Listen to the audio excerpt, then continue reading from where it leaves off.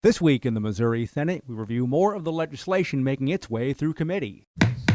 Right, the committee Tuesday afternoon saw the Missouri Senate Judiciary and Civil and Criminal Jurisprudence Committee hear Senator Tony Luetkemeyer of Parkville present Senate Bill 601, which would modify the punishment for the offense of armed criminal action. For some, the answer is stricter gun laws. But those sweeping proposals fail to distinguish between law-abiding gun owners and those who use guns to commit crimes. During discussion, Senator Carla May of St. Louis says she believes this legislation would take Missouri down a familiar path.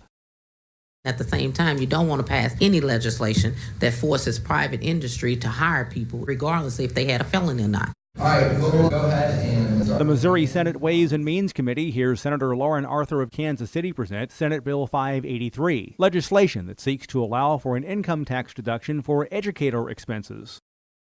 94% of teachers spend money on their classroom supplies. These costs average $459. During committee discussion, Senator Mike Searpoy of Lee's Summit adds, this holds true for most school districts. In my districts, which are pretty affluent, I've got teachers spending their own money for supplies as much as we spend on education. It makes me crazy. Elections will come to order. Barb, would you please? The Missouri Senate Local Government and Elections Committee hears Missouri Senate President Pro Tem Dave Schatz of Sullivan present Senate Bill 558, a measure that would provide personnel of certain municipal police forces would not be subject to residency requirements. I also think that the City of St. Louis police shortage of over 120 officers can be lessened by allowing police to live where they and their families want to live.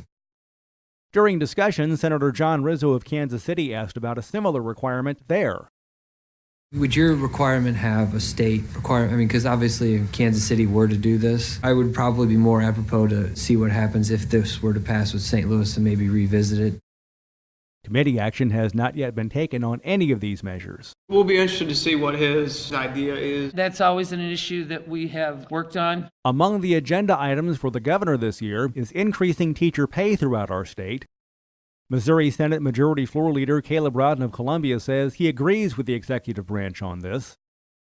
While we all would love to do it and certainly want to be mindful of our compensation for our teachers, anytime you go down that road, it's a big chunk of money.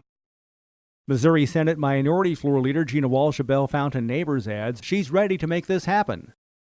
These senators know. They'll stand. They'll do what they have to do to get it across the goal line. They always do. Thank you, Mr. President. No further business coming forth. Inclement weather ended business a day early for Missouri senators who will return on Monday. And remember, you can follow these and other issues facing the Missouri Senate by visiting our website, senate.mo.gov. Reporting from the state capitol, I'm Dean Morgan.